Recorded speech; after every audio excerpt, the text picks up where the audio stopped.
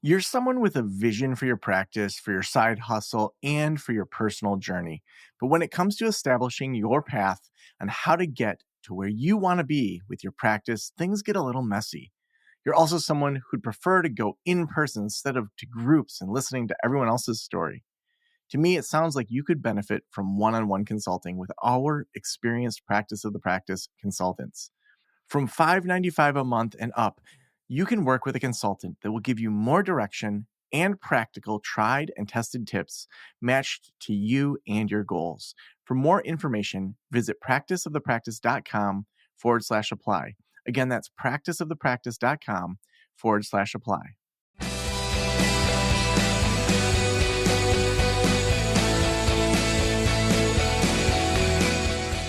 This is the Practice of the Practice podcast with Joe Sanok, session number 1311.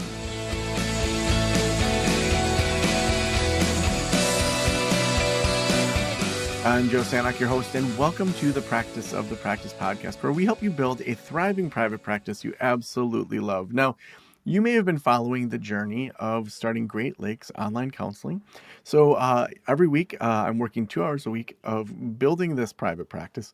And this is one of the interviews that I did during week 2. So we're a little bit behind. We had a bunch of podcasts that were ahead of it.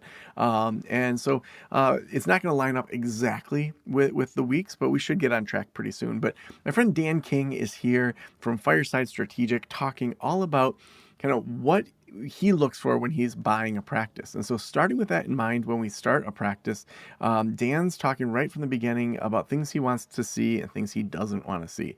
So let's dive in.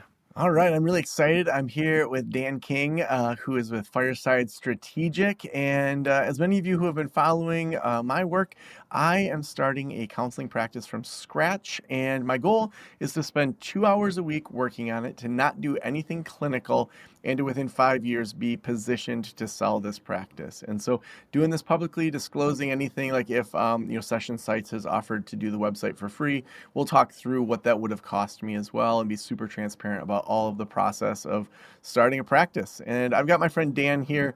Dan is in the industry of helping people buy and sell practices. He represents folks. Well, why don't you say who you are? You'll say it even better than I do. So how would you describe, Dan, kind of your expertise? So I am the co-founder of Fireside Strategic. We are an investment firm exclusively in outpatient mental health. So we buy majority stakes in outpatient practices. This could look like a pure counseling practice. It could look like a practice with psychiatry, psychological testing, ketamine, anything in the pure outpatient realm.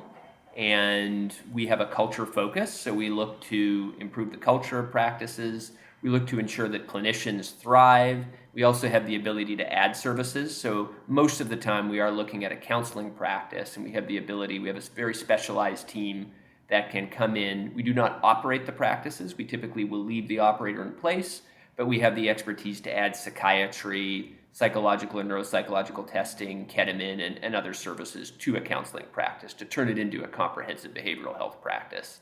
And the general way we work is we will invest in a practice, and over the course of 5 years or so, look to build it with the operator. We leave the operator, typically the founder, with a substantial amount of equity, and then we look to ultimately sell it so both of us, get a substantial gain.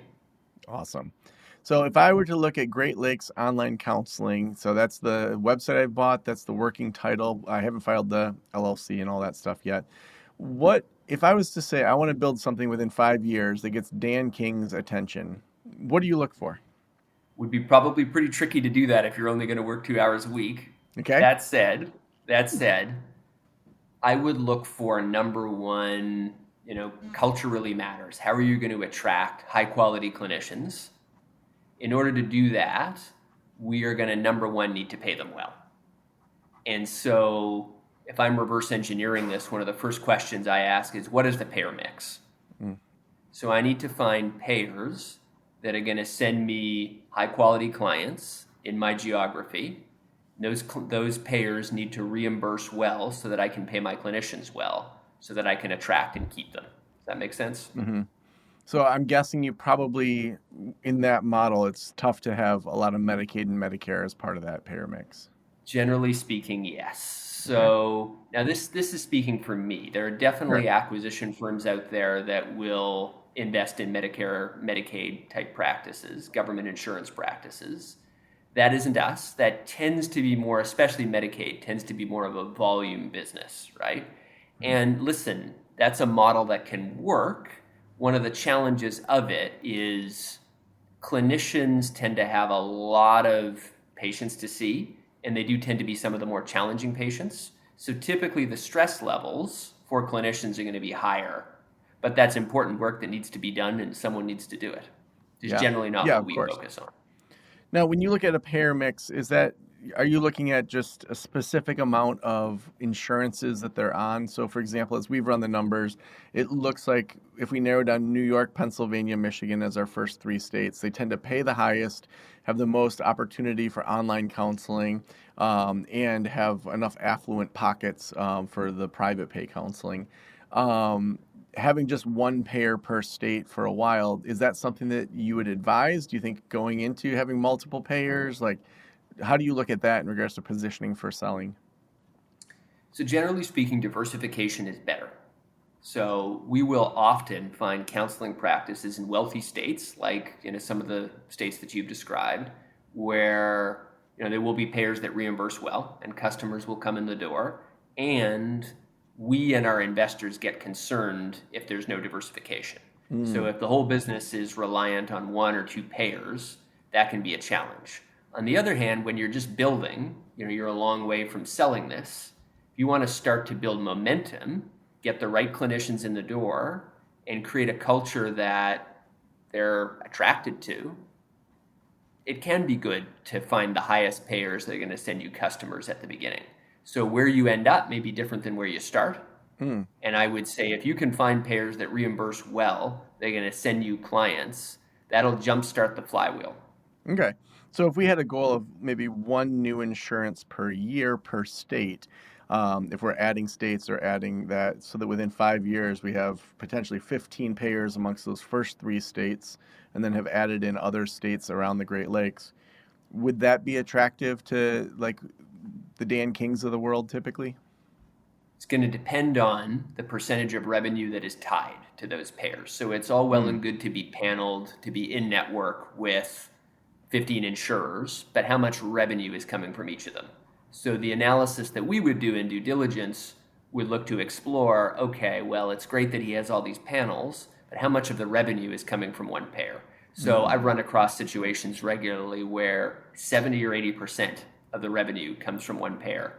And that doesn't mean that we wouldn't invest if the business is large enough, but it is a risk that we would need to get our investors comfortable with. Mm. So it's less about the number of insurances and more about how much revenue is allocated between them.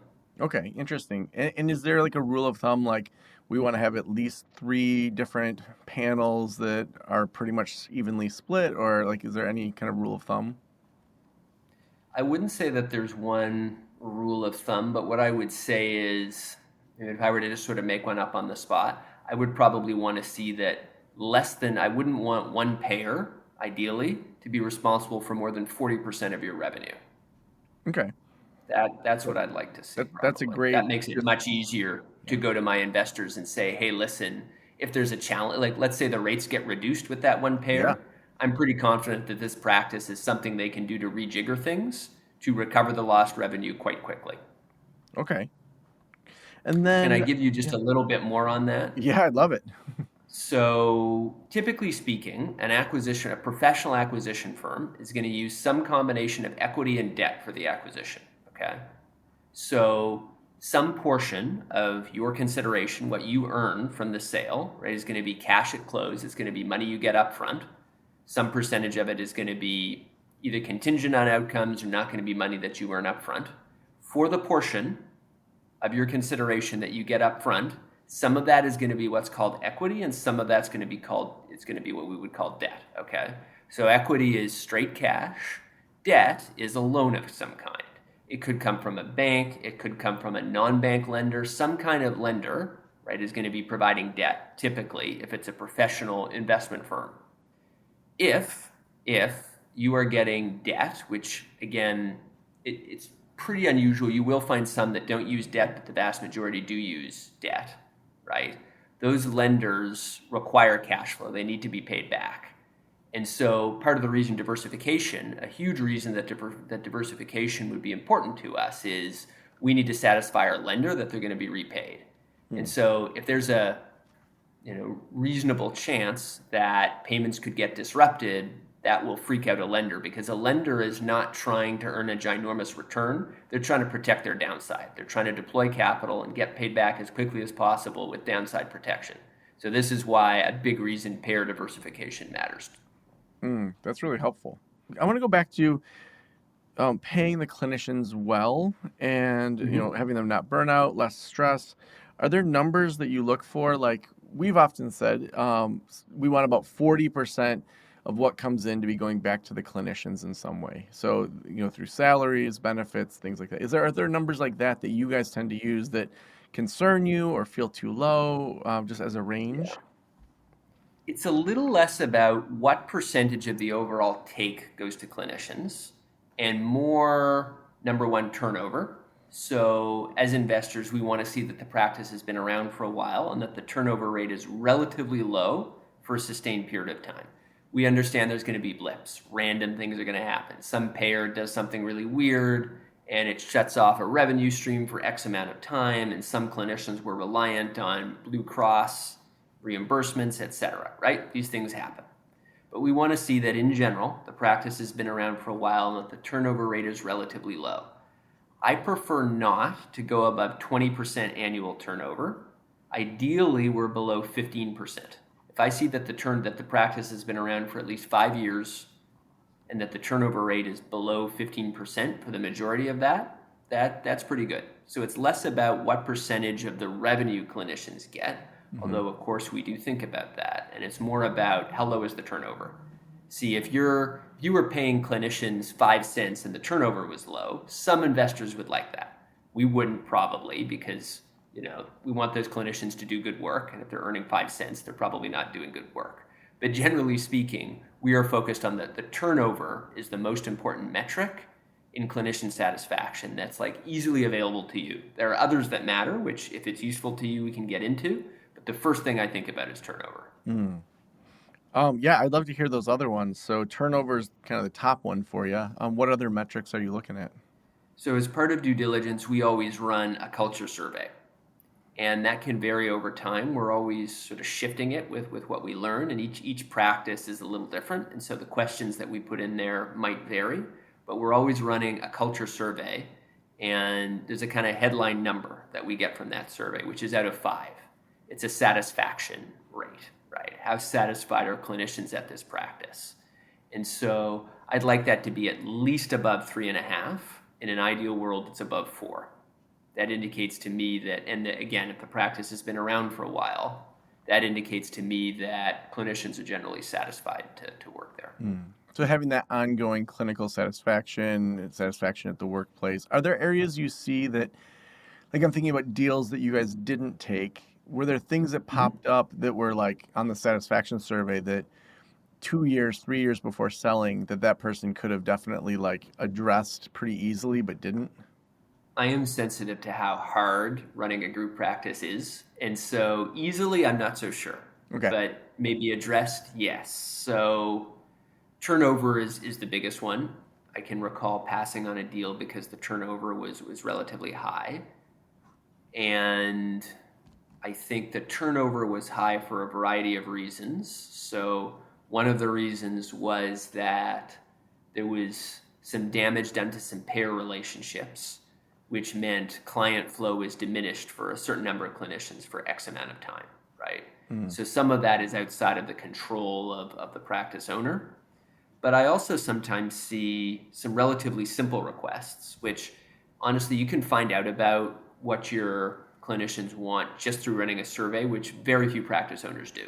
When you get to 7 to 10 clinicians in your awesome practice, which you're so smart, Joe, you're going to get there in 6 months, I would run a survey. So most practice owners don't even run a survey. We're impressed just to learn that they've actually run a survey. Most don't. And if you do run the survey, you'll be surprised at the low-hanging fruit that's probably going to appear there. Mm. So this could be water in the break room, right? Some of these small things where if you're just responding to the requests from clinicians, you're sending a strong message to them that, what they care about is valued here. Okay. Very cool.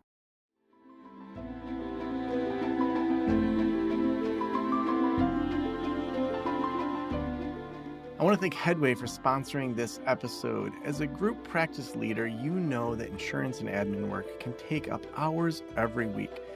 Time you could be spending with clients or growing your team. Benefits reset season is the perfect opportunity to make improvements to those processes. That's why I personally recommend Headway for group practices. Headway lightens your load with fast and free insurance credentialing and admin support, plus offers competitive per-session rates and bi-weekly payments your team can count on. They're the only platform designed specifically for in-network group practices, and they work with therapy, psychiatric, and hybrid groups of all sizes. Thousands of group practice leaders use Headway to simplify insurance admin and reach more people through in-network care. The best part, there's no subscription fees. Now's a great time to join. With Headway, you'll be helping more people get the care they deserve while supporting your team with more clients and a lighter admin load. Make next year the best year yet for your group practice. Head on over to join.headway.co/Joe. That's join.headway.co/Joe to book a tour. So it's less the amount, the exact percentage, but really looking at culture, satisfaction, retaining and reducing turnover.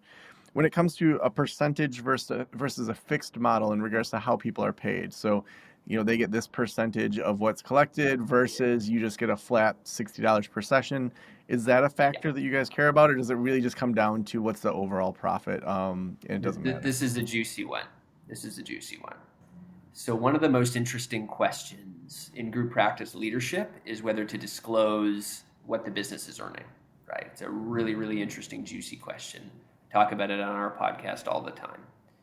What I'll say is that on the specific question of do we prefer hourly or a percentage, we generally prefer hourly. And I think you'll find that most acquisition firms prefer hourly.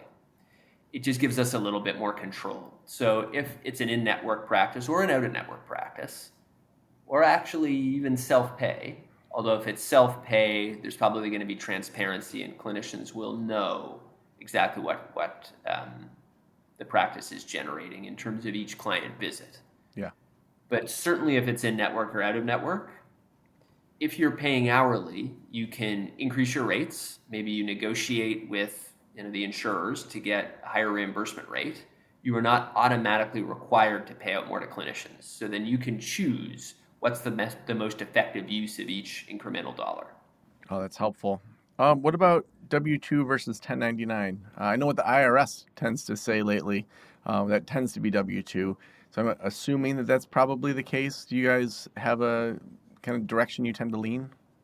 Yeah, prefer W-2. Yeah. I mean, if we're talking culture, we're talking turnover. I mean, it's hard to do that with 1099s. It really is. And if you're a culture-focused acquirer, you're building something for the long term. Yeah. And to me, there's the technical differences between W-2 and 1099, and then there's the spiritual implications of that difference. And if I'm a W-2 employee, I'm sending a different message. If I'm a W-2 employee, I'm committed to building something at the place, at least in theory, in a different way than if I'm a 1099. Yeah. Oh, I had another question, but I was listening so carefully that I forgot it. What are other things that I've missed in regards to just making sure that this? Oh, I guess online we're planning to be Great Lakes Online Counseling. If it's exclusively online, is that positive or negative, or how is that typically viewed? It's a great question, and I think you might get different answers from different acquirers. Mm-hmm. Generally wouldn't be our preference, and I'll tell you why. So if you think about the counseling industry overall in America, one of the ways to split it up, one of the most important categories is this virtual exclusively, or is it an in-person practice that does some virtual? Mm-hmm. Generally speaking, it's definitely not a rule, but a lot of the higher quality clinicians are more likely to want to do in person. A lot of the patients that are going to stay in the long term are more interested in person. Of course, there is a role for online. Like, the pandemic has shifted the industry in some respects permanently. There's going to be more online than there was pre-pandemic. And it's great that we have online for access. And for people that are really serious, as the stigma on getting all kinds of mental health support diminishes, more of the population is serious, really, really serious about counseling, therapy, and other mental health services. And in a lot of the high quality practices that we look at, the demand for in-person is pretty high. Right. And so are you going to be able to attract the best quality clinicians with an exclusively virtual model? Maybe, but you might have some challenges there. Mm-hmm. The other thing is that if I go back to my earlier point about categories and how there are some investment firms and acquisition firms, VC firms too, which I look at differently than an acquisition firm like us. I can get into those differences if it's relevant. They are interested exclusively in tech companies, right? Mm-hmm. And so I think there's a move, and there's various reasons for this. Purely virtual practices can more easily be dressed up as a tech company. Okay. Now, in general, if you do that, one of the implications is that typically, if you're not rooted in a community, the way an in-person practice is, your cost of customer acquisition is generally going to be higher. Not to say there can't be exceptions, but if the quality of care isn't as high, if you don't have a presence in a local community, if local doctors, school teachers, people rooted in a community are not referring to you, which is much harder to make happen with a purely virtual practice, right? You're going to be in a slightly different category. And if you're in a purely virtual category, now you might be competing with BetterHelp. What does BetterHelp do? Well, they often pay their clinicians $25 an hour, and they have a ginormous marketing budget where they're sponsoring every podcast under the sun. Except mine. They can get their hands on, right? Joe isn't going to compete with BetterHelp. I've said no. I've said no to him, but good for you. Good for you. But so no, I would too if they, right? So if you're competing with BetterHelp, now you're in a different category. It's going to be much harder for you to get the kind of margin that is going to be interesting to an acquirer. And so one of the things you want to think about is, what acquirer do you want at the end of the day if you want to reverse engineer this? Not to say you can't sell it, because there are firms that I know less about that are probably interested in a virtual-only practice. Mm-hmm. But it also comes down to what you want to build. Yeah. What kind of journey do you want to have over the course of these 5 years before you sell it? And it probably wouldn't be a practice for us. Yeah. Okay. Good to know. And part of it for me is a total lifestyle thing, I'm already a investor in local real estate and, multifamily homes and Airbnbs, and the idea of having just another property to think about, I'm like, no thanks. Also being a single dad and liking to travel. So I think part of it's just right now, just lifestyle wise, everything's online in regards to practice the practice. And so who knows, maybe long term that would shift. Especially as we got closer to wanting to sell, and as my kids get older. So I think that's one of those things that I just know that for me, opening an in-person practice is just too hard for my life right now. Could I challenge you in just one respect? I would love that. So what if you were mostly virtual, but you had enough of an in-person presence that you made an impact in a community? So you don't own the real estate, okay? Maybe you're renting one location when the time is right. So you're rooted in a community, you can benefit from referral sources, and your cost of customer, you can take advantage of some of these cost of customer acquisition bonuses. So maybe there's a mostly virtual model that could still be consistent with your lifestyle, where you hire the right practice manager who's going to handle the stuff you don't like, and you get the benefit of a community presence. I'm open to it. And that's why I'm doing these calls, because it's like things that maybe I didn't see as clearly as an option. So I like that. Something to think about. Well, right at the top, you said me working 2 hours a week would be concerning. I want to end there. Why would that be concerning? So, look, if you're working 2 hours a week when you're selling it, if all of the systems are perfect, everything is taken care of, and you're able to provide the kind of profitability that we would be interested in, right? I think it's pretty unlikely. Now, if you want to build a smaller practice, that's a different story.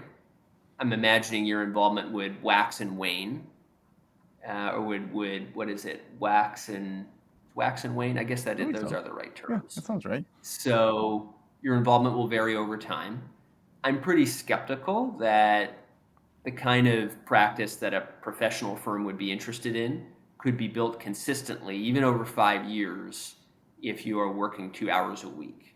Maybe you get to a point where you can dramatically reduce your involvement after a certain amount of time, and you've built an incredible well-oiled machine and you have the right practice manager in place. Not to say you couldn't get there, but if you're planning to ramp this up on just 2 hours a week, I certainly, looking at 80 practices, haven't seen anywhere, the owner mostly worked 2 hours a week in order to get it to that place. All right. I guess we'll see. Maybe that'll change. I just wanted to set some constraints for myself. I'd love you to prove me wrong. Yeah.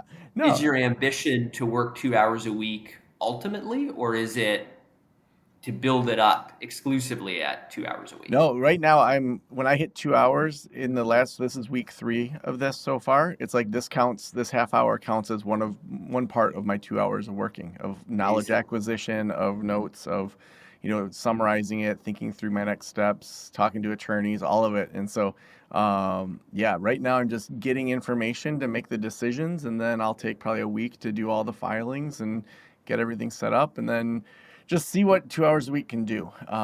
We'll see. So, well, Dan, this has been amazing. Thank you so much for your time today, and I'll keep you updated on the project. I can't wait to see what happens. I would love you to prove me wrong. That would be super inspiring. And look, I think there's so much benefit to a disciplined use of time, right? It is true that tasks expand when we allow more time for them. And so I am very excited for you to prove me wrong. Awesome. Thanks so much, Dan.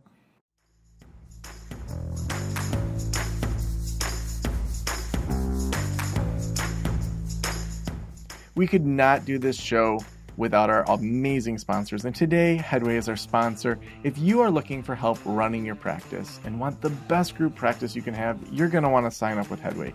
They are trusted by thousands of group practice leaders to simplify their insurance admin and reach more people through in-network care. If you're curious about how Headway can help work for you, head on over to join.headway.co/Joe. That's join.headway.co/Joe to learn more. Thank you for letting me into your ears and into your brain. Have a great day. I'll talk to you soon. Special thanks to the band Silence is Sexy for that intro music, and this podcast is designed to provide accurate and authoritative information in regard to the subject matter covered. It is given with the understanding that neither the host, the producers, the publishers, or guests are rendering legal, accounting, clinical, or other professional information. If you want a professional, you should find one.